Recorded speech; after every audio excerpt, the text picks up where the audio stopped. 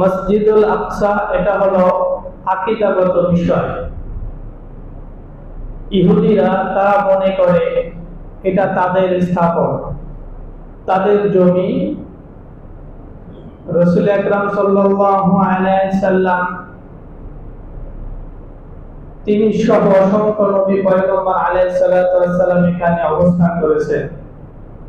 হযরত মূসা আলাইহিস সালাতু ওয়াস সালাম এবং ঈসা আলাইহিস সালাতু ওয়াস সালাম তাদের ওফাতের পরে তাদের ধর্মীয় গ্রন্থ তাওরাত এবং ইনজিল তারা মন গড়ে পরিবর্তন করে ফেলেছে। সুবিধা অনুযায়ী তারা তাদের ধর্মকে পরিবর্তন করে ফেলেছে। তাদের যে দাবি জেরুজালেম শহরটা, বিশেষ করে বাইতুল মুকাদ্দাস, এই মাকদিসটা তাদের দখলে নেওয়ার জন্য যত রকম চেষ্টা তারা চালাচ্ছে এবং নিয়েও যাচ্ছে। কিন্তু মুসলমানদের আকীদা হলো এটা হলো মুসলমানদের ভূমি এবং মসজিদের মুসলমানদের সর্বপ্রথম কিবলা। যার কারণে ফিলিস্তিনের অনেক জমি তারা দখল করেছে। ইসরায়েল তারা অবৈধভাবে নিজেরা 1940 থেকে 40 সালের মধ্যে তারা অবৈধভাবে রাষ্ট্রটাকে প্রতিষ্ঠিত করেছে এবং 1967 সালে তারা এই বাইতুল মুকাদ্দাস সহ জেরুজালেমকে অবৈধভাবে দখল করে নিয়েছে। এই জমিটা শুধু এখন নয়, এটা পূর্ব থেকে এটা তাদের একটা লোভ রয়েছে, তাদের একটা আক্রোশ রয়েছে যে তারা সেই জমিটাকে দখল করবে। যেহেতু মুসলমানদের এখানে কয়েকটি গুরুত্বপূর্ণ স্থাপন এবং গুরুত্বপূর্ণ বিষয় রয়েছে, যার কারণে মুসলমানদের জীবন দিয়ে হলেও তারা এটাকে রক্ষা করবে ইনশাআল্লাহ। প্রথমত এখানে হযরত ইব্রাহিম আলাইহিস সালাতু ওয়াস সালাম এবং মূসা আলাইহিস সালাতু ওয়াস সালাম সহ অনেক নবী রাসূলদের এখানে কবর রয়েছে। মূসা আলাইহিস সালাতু ওয়াস সালাম আমাদের জাতি, ইব্রাহিম আলাইহিস সালাতু ওয়াস সালাম আমাদের জাতির পিতা। মূসা আলাইহিস সালাতু ওয়াস সালাম এমন একজন নবী যিনি আল্লাহ রাব্বুল আলামিনের সাথে সরাসরি কথা বলেছেন। তাদের এই ভূমিতে সমাধি রয়েছে, কবর রয়েছে, যার কারণে এটা মুসলমানদের কাছে অত্যন্ত গুরুত্বপূর্ণ এবং তাৎপর্যপূর্ণ ভূমি। 2 নম্বরে এই নির্মাণের সাথে জড়িত আছে হযরত আদম আলাইহিস সালাতু ওয়াস সালাম এবং হযরত সুলাইমান আলাইহিস সালাতু ওয়াস সালাম। আদম আলাইহিস সালাতু ওয়াস সালাম এবং সুলাইমান আলাইহিস সালাতু ওয়াস সালাম এই মসজিদের সাথে নির্মাণের সাথে জড়িত রয়েছে, যার কারণে মুসলমানদের কাছে এই ভূমিটা, এই মসজিদটি অত্যন্ত গুরুত্বপূর্ণ।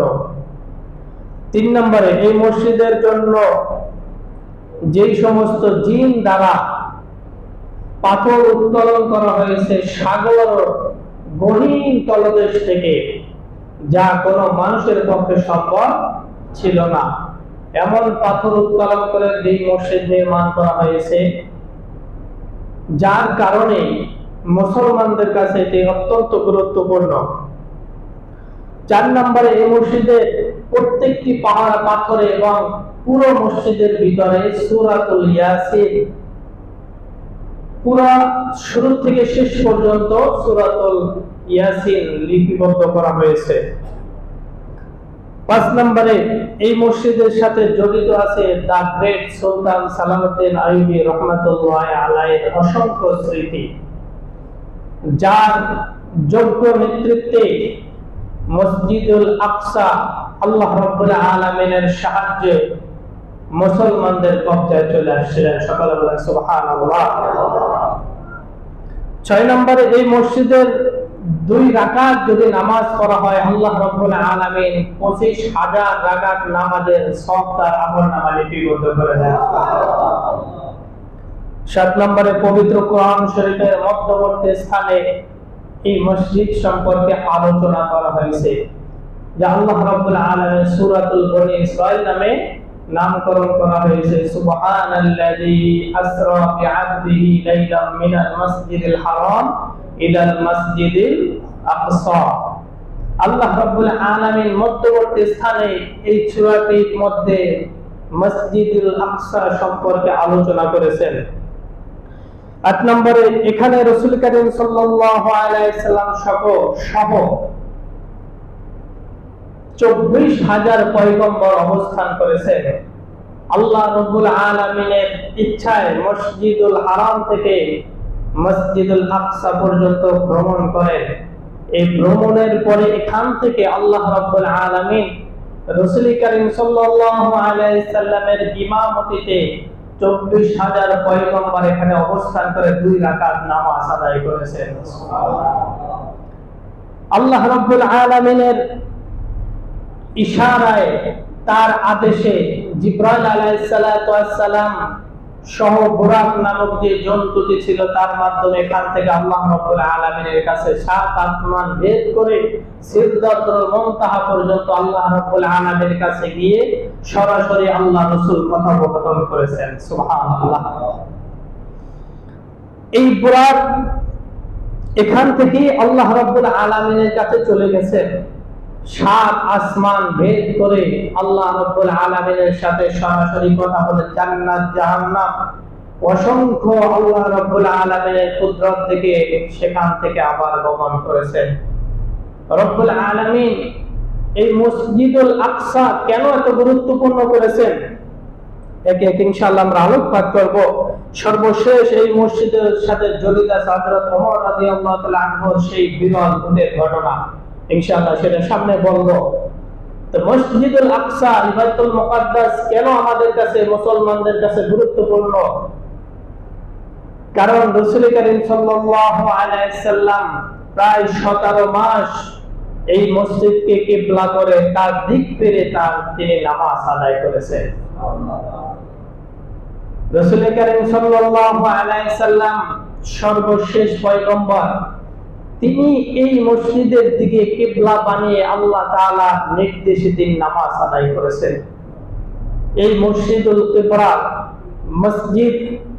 মসজিদুল আকসা ইহুদির কাছে যাবে, এটা আমরা কখনো বরদাস্ত করতে পারবো নাকি মুসলমান হিসাবে? ইহুদিরা হলো ওরা গোড়ার থেকে খারাপ।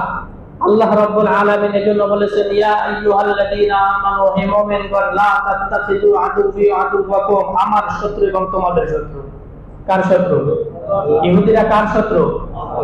লা তাত্তাখিযু আদুওয়ি ওয়া আদুওয়াকুম আউলিয়া তুলকুনা ইলাইহিম বিল মাওয়াদ্দা ওয়া ক্বাদ কাফারু বিমা জাআকুম মিনাল হক।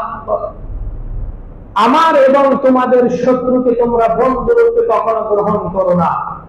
তোমরা তাদের নিকট বন্ধুত্বের পয়গাম গ্রহণ করো, কিন্তু তোমাদের প্রতি যে পয়গাম আল্লাহ তাআলা সত্যটা পাঠিয়েছে তা তারা অস্বীকার করে। নাউযুবিল্লাহ বলেন। ইউখরিজুনা রাসূলা ইয়াকুম আন তুমিনু বিল্লাহ, তোমরা আল্লাহ এবং আল্লাহ রাসূলের প্রতি ঈমান আনার কারণে রাসূল এবং তোমাদেরকে ভূমি থেকে বের করে দিয়েছে। অতএব ইহুদিরা এরা আগাগোড়া কাফের এবং মুসলমানদের শত্রু, এতে কোন রকম বিন্দু মাত্র কোন রকম সন্দেহ। কখনো ইহুদিরা চাইবে না মুসলমানদের ভালো হোক, মুসলমানিত্ব নিয়ে চলুক, মসজিদুল আকসা মুসলমানদের কিবলা হিসাবে তারা মনে করুক, এবং বর্তমানে বাইতুল্লাহ শরীফ এবং মদিনা শরীফের মসজিদে নববী এই দুটি স্থান বাদ দিলে সর্বপ্রথম যে স্থানটির নাম আসে সেটা হলো বাইতুল আকসা। এটা হলো মুসলমানদের তৃতীয় স্থান। এই স্থানকে মুসলমানরা অত্যন্ত সম্মান করে, কারণ এখানে অসংখ্য স্মৃতি জড়িত রয়েছে। নবী পয়গম্বর আলাইহিস সালাতু ওয়াস সালাম সহ অসংখ্য মুমিন বান্দারা এখানে জড়িত রয়েছেন।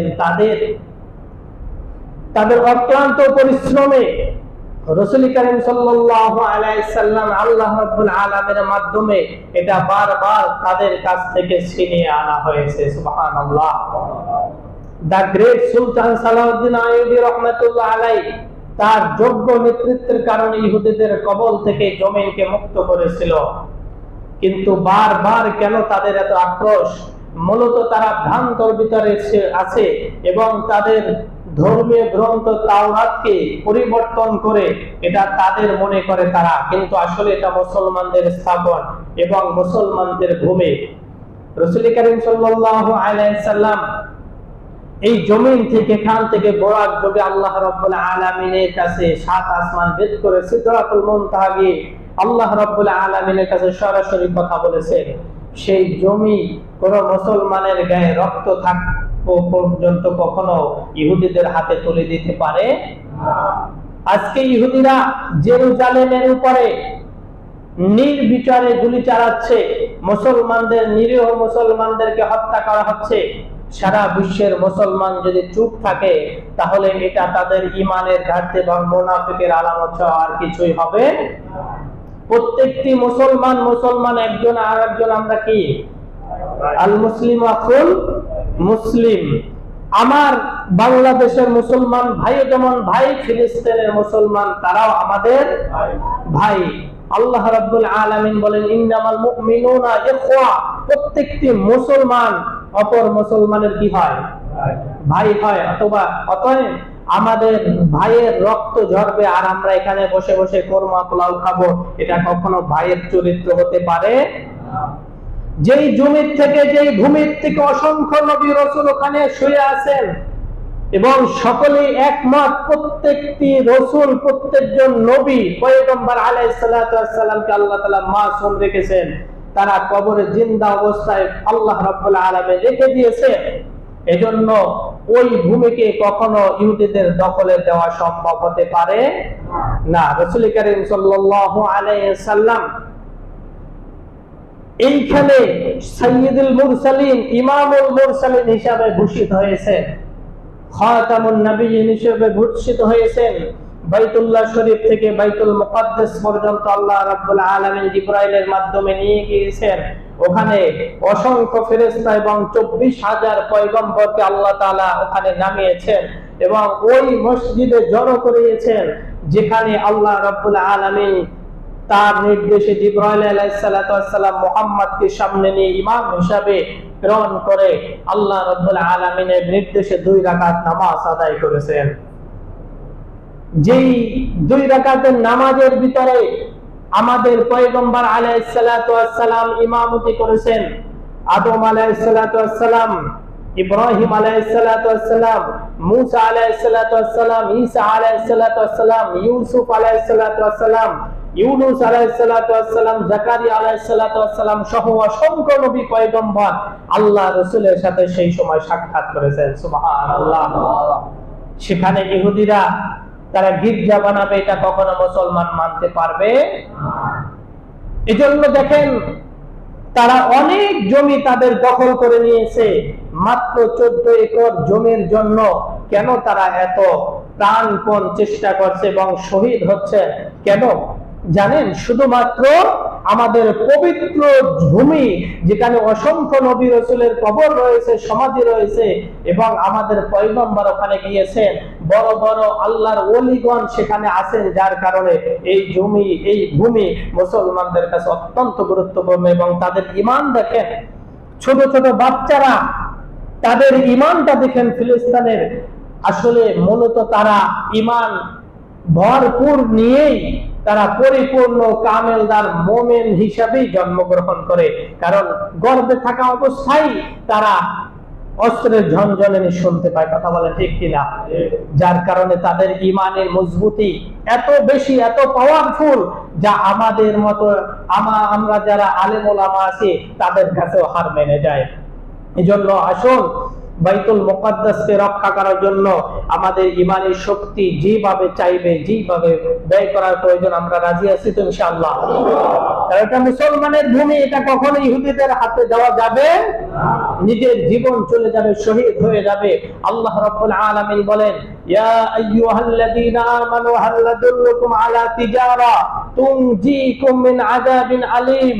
হে মুমিনগণ, তোমাদের এমন বাণিজ্যের কথা আমি কি বলবো যেই বাণিজ্য করলে তোমাদের সমস্ত গুনাহ মাফ করে দেবেন এবং আল্লাহ রাব্বুল আলামিন তোমাদের তুনজিকুম মিন আযাবিন আলীম, যন্ত্রণাদায়ক শাস্তি থেকে আল্লাহ তাআলা মাফ করে দেবেন। এমন কি বাণিজ্যের কথা, ব্যবসার কথা আমি তোমাদেরকে বলবো সাহাবারা বললেন, ইয়া রাসূলুল্লাহ, অবশ্যই আপনি আমাদের কাছে বলবেন, তুমিনুনা বিল্লাহি ওয়া রাসূলিহি ওয়া তুজাহিদুনা ফি সাবিলিল্লাহ বিআমওয়ালিকুম ওয়া আনফুসিকুম। সেটা হলো কি? তুমিনুনা বিল্লাহি ওয়া রাসূলিহি, আল্লাহ এবং আল্লাহ রাসূলের প্রতি ঈমান আনয়ন করবে। ওয়া তুমিনুনা বিল্লাহ, তুমিনুনা বিল্লাহি ওয়া রাসূলিহি ওয়া তুজাহিদুনা ফি সাবিলিল্লাহি বিআমওয়ালিকুম ওয়া আনফুসিকুম, এবং আল্লাহর রাস্তায় নিজের মাল এবং জান দিয়ে কি করবে? যুদ্ধ করবে। কি করবে? জিহাদ করবে। তুমিনুনা বিল্লাহ ওয়া রাসূলিহি ওয়া তুজাহিদুনা ফি সাবিলিল্লাহ, আল্লাহর রাস্তায় জিহাদ করবে কি দিয়া? বিআমওয়ালিকুম ওয়া আনফুসিকুম, নিজের মাল এবং জান দিয়ে, জান এবং মাল দিয়ে যদি তোমরা আল্লাহর রাস্তায় জিহাদ করতে পারো, যদি শহীদ হও, আল্লাহ রাব্বুল আলামিন বলেন, ইয়াগফির লাকুম মিন যুনুবিকুম ওয়া ইদখিলকুম জান্নাতিন তাজরি মিন তাহতিহাল আনহার, এবং জান্নাত তোমাদের দেওয়া হবে যার চতুর্দিকে তার পাদদেশে শুধুমাত্র ঝর্ণা প্রবাহিত হতে থাকবে। সুবহানাল্লাহ। এজন্য আমরা যদি, আমাদের যদি একটা সময় আসে যে ফিলিস্তিনের মসজিদুল আকসা রক্ষা করার জন্য জিহাদের প্রয়োজন আছে, তাহলে আমরা জিহাদ করতে রাজি আছি? জোরে বলেন, রাজি আছি তো ইনশাআল্লাহ? কেন রাজি থাকবো? দেখেন, হযরত ওমর রাদিয়াল্লাহু তাআলা আনহু জামানায় ইহুদিরা এটা কব্জা করে নিয়েছে। খলিফাতুল মুসলিমিন ওমর রাদিয়াল্লাহু তাআলা আনহু তিনি চিন্তা করলেন, আমি মুসলমানের খলিফা, অর্ধজাহানের খলিফা অবস্থায় এই জমি ইহুদিদের হাতে থাকবে, এটা আমি ওমর কিভাবে বরদাস্ত করি, কিভাবে মেনে নেই? খালিদ ইবনে ওয়ালিদের মাধ্যমে, তার নেতৃত্বে অসংখ্য সৈন্যবাহিনী জেরুজালেমের দিকে প্রেরণ করলেন এবং বললেন, মুসলমানদের ভূমি যতক্ষণ না তোমরা উদ্ধার করতে না পারবে, ততক্ষণ পর্যন্ত তোমরা মক্কার অভিমুখে রওনা দিবে না। আবু উবাইদা ইবনুল জাররাহ রাদিয়াল্লাহু তাআলা আনহু এবং খালিদ ইবনে ওয়ালিদ রাদিয়াল্লাহু তাআলা আনহুর নেতৃত্বে মুসলমানদের পূর্ণ জমি, পূর্ণ ভূমি এটা উদ্ধার করার জন্য তারা রওনা দিলেন। সেখানে গিয়ে তাদেরকে 6 মাস ধরে অবরোধ করে রাখা হলো। সোফ্রিনিয়াস তৎকালীন বাদশা ছিল। বাদশা বললেন, 6 মাস ধরে অবরোধ থাকার পরে খালিদ ইবনে ওয়ালিদকে বললেন, আমরা তোমাদের সাথে সারেন্ডার হতে চাই, তোমাদের কাছে জেরুজালেমের সবকিছু হস্তান্তর করতে চাই এবং বাইতুল মুকাদ্দাস তার চাবিও তোমাদের কাছে হস্তান্তর করতে চাই, আমরা তোমাদের সাথে যুদ্ধ করতে চাই না। প্রথম অবস্থায় খালিদ ইবনে ওয়ালিদ লোক পাঠিয়ে বললেন, দেখো, জেরুজালেমের চতুর্দিক থেকে তোমাদেরকে ঘেরাও করা হয়েছে, যতক্ষণ না মুসলমান একজন বেঁচে থাকবে, যতক্ষণ পর্যন্ত একজন মুসলমান বেঁচে থাকবে, ততক্ষণ পর্যন্ত জেরুজালেম উদ্ধার না করে আমরা এখানে কেউ যাব না, এখান থেকে কেউ যাব না। এই কথা শুনে 2 জন সৈন্য পাঠালো। বাদশা দেখলো যে 2 জন সৈন্য পাঠিয়ে দেখলো যে তাদের অবস্থা এমন যে কিছুক্ষণের মধ্যে হয়তো তারা যুদ্ধ আক্রমণ শুরু করে দেবে। কথা বলার পরে তারা আত্মসমর্পণের জন্য রাজি হলো এবং শর্ত দিল, দেখো, যদি তোমাদের খলিফাতুল মুসলিমিন আমাদের কাছে আসে, তাহলে তোমাদের কাছে আমরা সবকিছু হস্তান্তর করব। এটা হলো শর্ত। খালিদ ইবনে ওয়ালিদ রাদিয়াল্লাহু তাআলা আনহু খলিফাতুল মুসলিমিন ওমর ইবনুল খাত্তাব রাদিয়াল্লাহু তাআলা আনহুর কাছে চিঠি প্রেরণ করলেন। খলিফাতুল মুসলিমিন তারা এই শর্ত দিয়েছে, জেরুজালেমের সমস্ত জমি ফেরত দেবে, বাইতুল মুকাদ্দাসের চাবি পর্যন্ত হস্তান্তর করা হবে, তবে শর্ত হলো আপনাকে এখানে আসতে হবে। ওমর রাদিয়াল্লাহু তাআলা আনহু চিঠি পাওয়ার সাথে সাথে তিনি রওনার জন্য প্রস্তুতি গ্রহণ করলেন। একজন গোলাম আর একটা উট নিয়ে রওনা হবেন। সমস্ত সাহাবীরা বললেন, ওগো ইবনুল খলিফাতুল মুসলিমিন, আপনি যদি 11 অনাহার সৈন্যবাহিনী না নিয়ে যান, তাহলে আপনাকে মরুভূমিতে একা পেয়ে হয়তো শহীদ করে দেবে। আপনি একা যদি যান তাহলে এটা সম্ভাবনা রয়েছে আপনাকে একা পেয়ে তারা সকলে মিলে আক্রমণ করে আপনাকে শহীদ করবে। ওমর ইবনুল খাত্তাব রাদিয়াল্লাহু তাআলা আনহু খলিফাতুল মুসলিমিন বলেন, না, আমি একা যাব। হাসবুনাল্লাহু ওয়া নি'মাল ওয়াকিল, নি'মাল মাওলা ওয়া নি'মান নাসির। যদি আল্লাহ তাআলা আমাকে হেফাজত করেন, পৃথিবীর কোনো মানুষ নাই যে আমাকে হত্যা করবে, আমাকে শহীদ করবে। আল্লাহ তাআলার উপর আমার পূর্ণ বিশ্বাস, আস্থা, ভরসা রয়েছে। এই কথা বলে একজন গোলাম একটা উট নিয়ে রওনা হলো। ওমর রাদিয়াল্লাহু তাআলা উটের পিঠে, গোলাম তার রশি ধরে সামনে অগ্রসর হতে লাগলো। অনেক দূর যাওয়ার পরে ওমর রাদিয়াল্লাহু তাআলা চিন্তা করলেন, আমার গোলাম অনেক দূর নিজে হাঁটলেন, এখন আমি নেমে দেখি কি অবস্থা, তার তো অনেক কষ্ট হয়ে যাচ্ছে। খলিফাতুল মুসলিমিন উটের পিঠ থেকে লাফ দিয়ে নেমে যখন জমিনে নামলেন, দেখলেন জমিনটা উত্তপ্ত গরম হয়ে রয়েছে। ওমর রাদিয়াল্লাহু তাআলা গোলামকে ডাক দিয়ে বলেন, গোলাম, তুমি উটের পিঠে ওঠো, আমি খলিফাতুল মুসলিমিন উটের রশি দিয়ে হাঁটে যাব, সামনের দিকে অগ্রসর হব। গোলাম আশ্চর্য হয়ে গেল, কি বলে ওমর রাদিয়াল্লাহু তাআলা যিনি অর্ধ জাহানের খলিফাতুল মুসলিমিন, তিনি উটের রশি দরবার, আমি গোলাম উটের পেতে চড়বো, এটা মানা যায়? এটা মানতে পারে কেউ? মনে করছে যে একটা মস্কারা। প্রধানমন্ত্রীর পিএস যদি বলে আপনি গাড়ি চালান, আমি পিছনে বসি, প্রধানমন্ত্রী কি করবে? পিএস থাকবে নাকি? কিন্তু ওমর ইবনুল খাত্তাব রাদিয়াল্লাহু তাআলা আনহু বললেন, এই গোলাম, উঠতে বলছি, ও দ্বিতীয় আর কোনো কথা বলবে না। এবার ভয় পেয়ে গেল, রাগ দেখে ওমর রাদিয়াল্লাহু তাআলা আনহুর সামনে শয়তান যদি পড়ে, শয়তান ওই রাস্তা ত্যাগ করে আরেক রাস্তা পরিবর্তন করে চলে যায়। সুবহানাল্লাহ। সে ওমরের কথা মতো উঠে গেলেন। এবার ওমর রাদিয়াল্লাহু তাআলা আনহু উটের রশি ধরে সামনে অগ্রসর হলেন, জেরুজালেমের দিকে অগ্রসর হতে লাগলেন। কিছুদিন যাওয়ার পরে এবার গোলাম ডাক দিয়ে বললেন, ও খলিফাতুল মুসলিমিন, এবার আপনি উঠে চড়েন, আমি উটের রশি ধরে টানি। ওমর রাদিয়াল্লাহু তাআলা আনহু এবার আবার উটের পিঠে চললেন, খলিফাতুল মুসলিমিন উটের পিঠে। এরপরে আবার গোলাম রশি ধরে হাঁটছে। কিছুদূর যাওয়ার পরে আবার ওমর রাদিয়াল্লাহু তাআলা উটের পিঠ থেকে নেমে গেলেন। এবার রশি ধরে জেরুজালেমের কাছাকাছি চলে গেল। এবার খলিফাতুল মুসলিমিনকে ডাক দিয়ে বললেন, গোলাম ডাক দিয়ে বললেন, খলিফাতুল মুসলিমিন, ওমর রাদিয়াল্লাহু তাআলা ওই যে সামনে জেরুজালেমের প্রধান ফটক দেখা যায়, গেট দেখা যায়, আমি যদি এখানে বসে থাকি আর আপনি যদি রশি ধরে হাঁটেন তাহলে এটা কেমন দেখা যায়? ওমর রাদিয়াল্লাহু তাআলা বলেন, এই দেখো, দুনিয়ার মানুষ কি বললো আর না বললে এটা আমার কিছু আসে যায় না। আমি ওমর, আমার ক্ষমতা আছে, আমার ইচ্ছা আছে, আমি যদি ইচ্ছা করি তোমার দ্বারা আমি রশিটা টানাতে পারি, আমি ওমর উটের ভিতরে চলতে পারি। যদি আমার যেহেতু ক্ষমতা আছে, তুমি আমার দাস গোলাম, বেতনভুক্ত গোলাম, আমি চাইলেই পারি। কিন্তু ও গোলাম শোনো, আল্লাহ রাব্বুল আলামিন যদি আমাকে প্রশ্ন করে কিয়ামতের দিন যে ওমর, তুমি নিজের ক্ষমতা জোর করে গোলামকে এত কষ্ট করে করে তারপরে নিয়েছো, আমি ওমর আল্লাহ রাব্বুল আলামিনের সামনে কি জবাব দিব? কতটা তাকওয়া থাকলে এই কথা বলতে পারে? কথা বলে ঠিক কিনা? অর্ধ জাহানের খলিফা একজন, তিনি উটের রশি ধরে হাঁটবে, কোন সৈন্য বাহিনী তাকে সহযোগিতা করার জন্য নয়।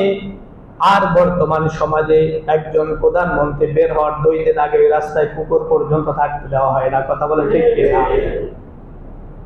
ছোট ছোট রাষ্ট্রের একজন প্রধানমন্ত্রী আসার জন্য মানুষ তো দূরের কথা, কোনো পশু পাখি ওই রাস্তায় থাকতে পারে না।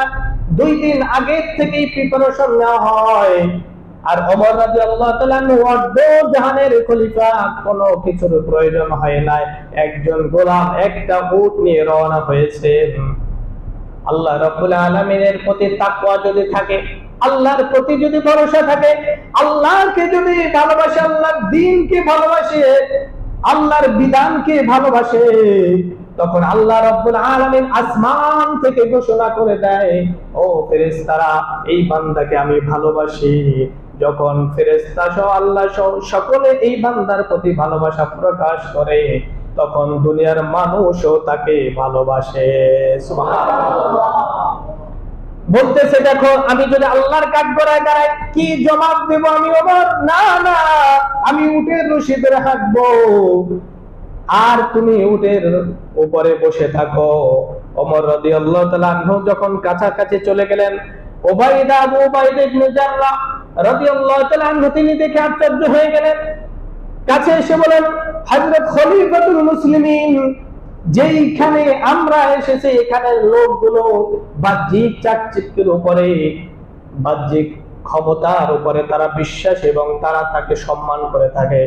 আপনি যেই জামা পরেছেন এই জামাটা যদি একটু পরিবর্তন করতেন, তাহলে তাদের আপনাকে দেখে খুব ভালো মনে করত এবং সম্মান দিত।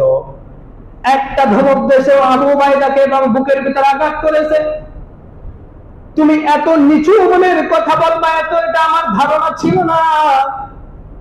আমি আল্লাহ রাব্বুল আলামিন মুসলমানদের যে বিজয় দান করেছেন, তাদের যে সম্মান দিয়েছেন, এটা কোনো চাকচিক্যের উপরে নয়।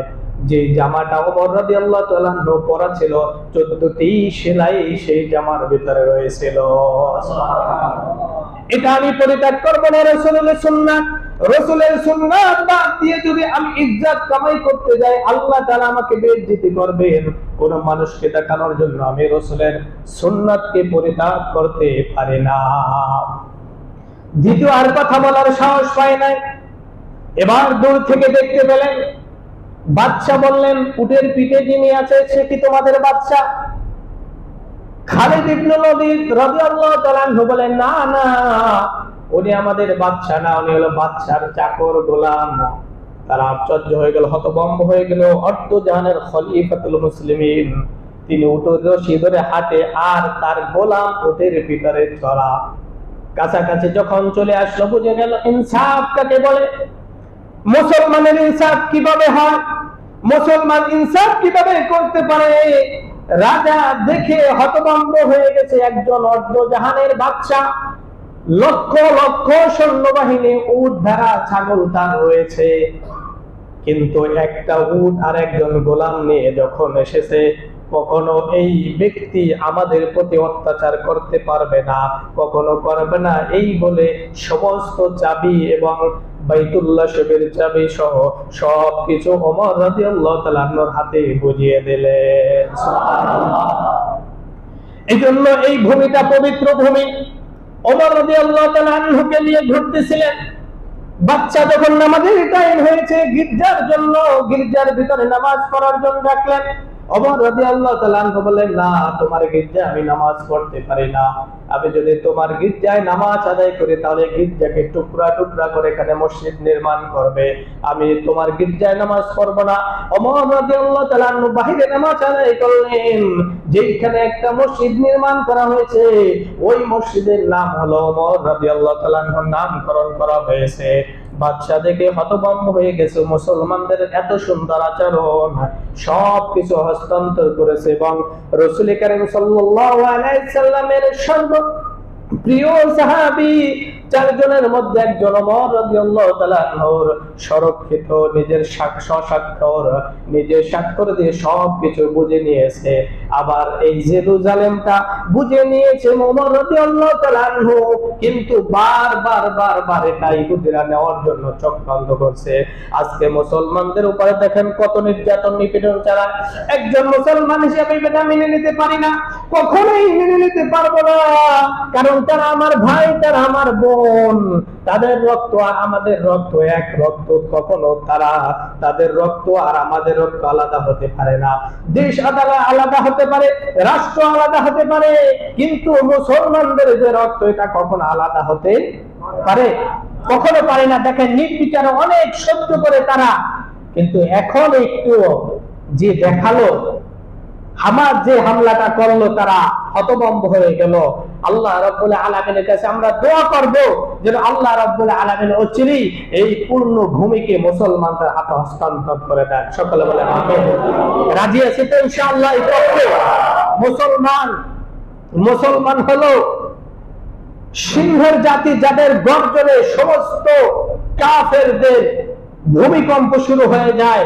কারণ বাঘের জঙ্গলের ভিতরে সর্বশ্রেষ্ঠ সিংহের নাম কি? পশুর নাম কি? সিংহ।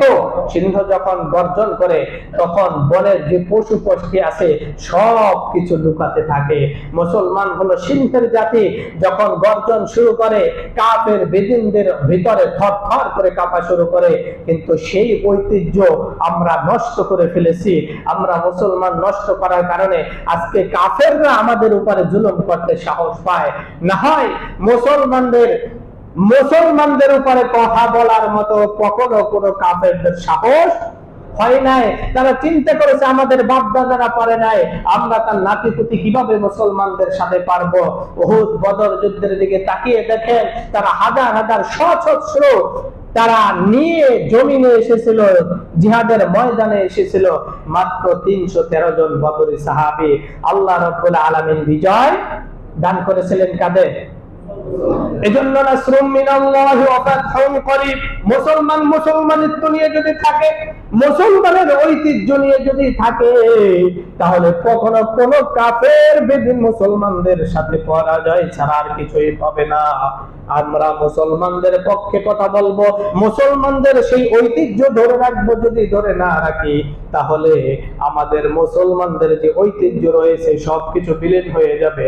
কাফের মুনাফিকদের হাতে আমাদের মার খেতে হবে, এটা অনিবার্য। যেটা চলতেছে, এখনো সময় আছে।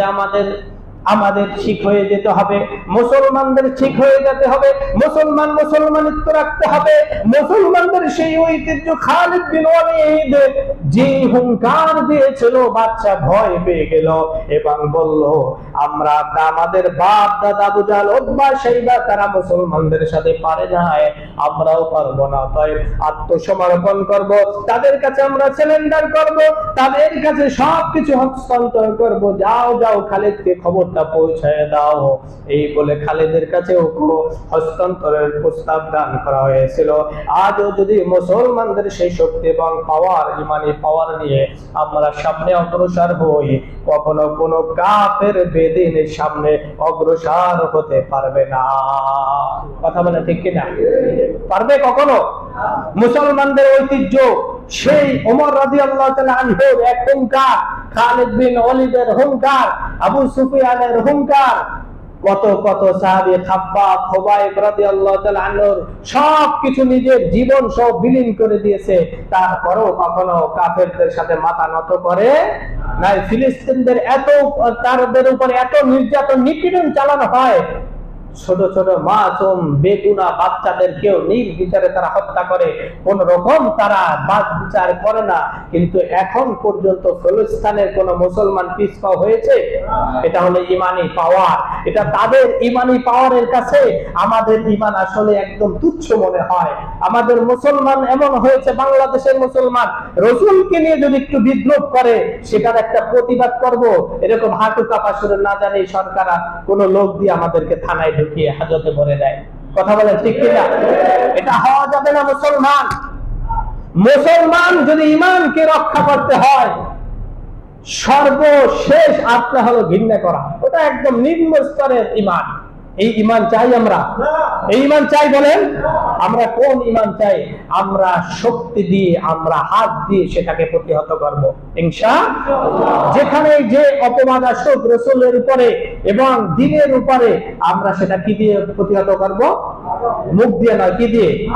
এটা হলো সর্বোচ্চ ইমান।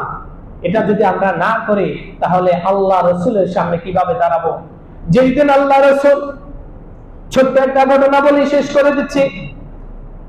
সারা কিয়ামতের ময়দান যখন কায়েম হয়ে যাবে, সমস্ত পয়গম্বর আদম আলাইহিস সালাতু ওয়াস সালাম, মুসা আলাইহিস সালাতু ওয়াস সালাম, ইব্রাহিম আলাইহিস সালাতু ওয়াস সালাম, ঈসা আলাইহিস সালাতু ওয়াস সালাম সহ শত পয়গম্বর যত সকলে নাফসি নাফসি করবে। যার কাছে যাইবে সেই বলবে আমার দ্বারা সম্ভব নয়, যাও অন্যর কাছে চলে যাও। সবাই শুধু অন্যের কাছে প্রেরণ করে দেবে, কিন্তু দূর থেকে একটা আওয়াজ আসবে, উম্মতি উম্মতি। সবাই খোঁজাখুঁজি করবে আওয়াজটা কোথায় থেকে আসে। খোঁজাখুঁজির পরে এক পর্যায়ে পেয়ে যাবে আমাদের নবী পয়গম্বর আলাইহিস সালাতু ওয়াস সালাম, সর্বশেষ নবী উম্মতি উম্মতি বলে মাকামে মাহমুদে সিজদায় পড়ে উম্মতি উম্মতি বলে ডাকতেছে। সুবহানাল্লাহ। আল্লাহ রাব্বুল আলামিন ডাক দিলেন, ওগো প্যারা হাবিব, কি হয়েছে আপনার? মাথা উত্তোলন করেন, আপনাকে আমি এই দিনের জন্য এত সম্মান দেই নাই। মাকামে মাহমুদ কাউসার আপনাকে দান করেছি, এজন্য আমি দান করি নাই আপনি আজকে খাবেন। আপনার চোখের পানি দেখবে জন্য নয়। আমি আল্লাহ রাব্বুল আলামিন বলতেছি, আপনি কি কি বলবেন, আমি আপনার সব কিছু আরজি আমি পেশ করে নেব। সুবহানাল্লাহ। সেদিনকার আল্লাহ রাসূল আমাদের জন্য সুপারিশ করবেন, আমাদের জন্য সুপারিশ করবেন, উম্মতি উম্মতি বলবেন একমাত্র আমাদের পয়গম্বর। আর যত বড় নবী রাসূল সকলেই নাফসি নাফসি বলবে, একমাত্র আমাদের নবী পয়গম্বর আলাইহিস সালাতু ওয়াস সালাম নিজের কথা চিন্তা নয়, উম্মতের চিন্তায় সেদিনকার সিজদায় লুটিয়ে পড়বে। সুবহানাল্লাহ। সেই নবীর সামনে যদি দাঁড়াতে হয়, নবীর ইজ্জত আবরু যেখানেই কাফের বেদিন নাস্তিক মুরতাদরা তার খর্ব করার চেষ্টা করবে, চুনকালি লাগানোর চেষ্টা করবে, একজন মুসলমান হিসেবে পূর্ণ শক্তি দিয়ে, পূর্ণ ঈমান দিয়ে, পূর্ণ হাত দ্বারা যদি আমি প্রতিহত না করতে পারি, তাহলে সেদিনকার আল্লাহ রাসূল উম্মত হিসেবে পরিচয় দেবে না। কারণ বলবে, আমাকে নিয়ে ব্যঙ্গচিত্র করেছিল, আমাকে নিয়ে ঠাট্টা বিদ্রুপ করেছিল, যেই মসজিদের দিকে আমি 17 মাস নামাজ পড়েছি, ওই মসজিদ নির্মাণ, ওই মসজিদ বাঁচানোর জন্য কি করেছিলে? যদি আল্লাহ রাসূল জবাব চায়, জবাব কি দিব? আছে কোনো জবাব? নাই। যদি জবাব সেদিন না দিতে পারবে, আল্লাহ রাসূল বলবে, সোকান দূর হ, তুই আমার উম্মত না। উম্মত যদি হইতি তাহলে আমার প্রতি দরদ থাকতো, আল্লাহর প্রতি দরদ থাকতো, আল্লাহর ঘরের প্রতি দরদ থাকতো। এখন সোকান সোকান দূর হয়ে যা, আমার উম্মত হলে তোর ভিতরে এই দরদ গুলো থাকতো। এজন্য আমরা সেদিনকার নবীর সামনে থেকে দূর হতে চাই না। দূর হতে চাই না। কি হতে চাই? আল্লাহ রাসূলের সুপারিশ পেয়ে কোথায় যেতে চাই? জান্নাতে। তাহলে করতে হবে কি? আল্লাহ রাসূলের ইজ্জত যেখানেই তারা নষ্ট করার চেষ্টা করবে, আমাদের জান মাল শক্তি দিয়ে আমাদের কি করতে হবে? প্রতিহত করতে পারবো। রাজি আছে তো ইনশাআল্লাহ? আল্লাহ তাআলা আমাদের সকলকে ঈমানি চেতনা নিয়ে, রাসূলের আদর্শ নিয়ে ফিলিস্তিনের মুসলমানদের পক্ষে কথা বলা এবং শক্তি যোগান দেওয়ার তৌফিক দান করুন।